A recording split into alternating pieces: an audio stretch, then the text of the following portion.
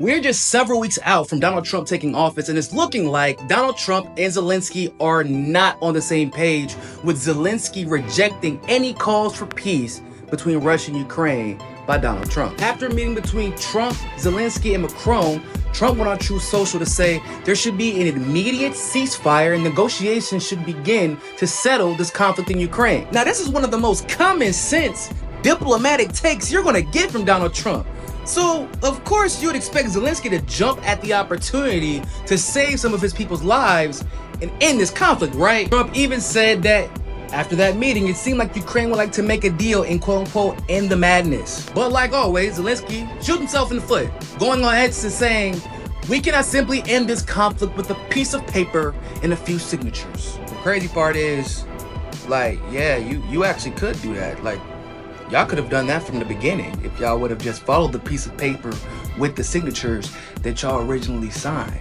But I guess that's neither here nor there. Zelensky's even gone out of his way to antagonize Trump even further, accusing him of outright lying about the amount of losses they've taken since the war started. Trump said the number was closer to 400,000, but Zelensky is claiming that Ukraine's only lost 40,000. Now, I don't think the United States would be trying to convince Zelensky to lower the age of the draft if they had only lost 40,000 soldiers. Or would Zelensky have raised the age of the men that could be drafted if they had only taken somewhere near 40,000 losses? And I don't know if the 400,000 number is true, but I am pretty sure that the point he's trying to make is that y'all have lost so many Ukrainian lives, literally generations of men, that it makes sense for you to pursue peace at whatever cost and to stop holding up negotiations. Now, it seems like Zelensky isn't just pissing off Trump and distancing himself from the future president of the United States just because he wants peace, but there's another play that he's trying to make before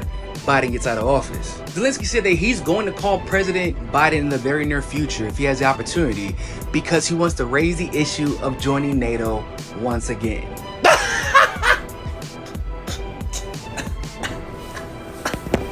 How many times does it take for you to get rejected to realize she don't want you, bro? NATO has already rejected Ukraine multiple times on multiple grounds. They're using you. Says he has to talk to Biden about this because he can't really talk to Trump because he isn't really the president yet, and he doesn't have any legal authority, and yeah, all that's bullshit. He just had a meeting with Donald Trump and Macron.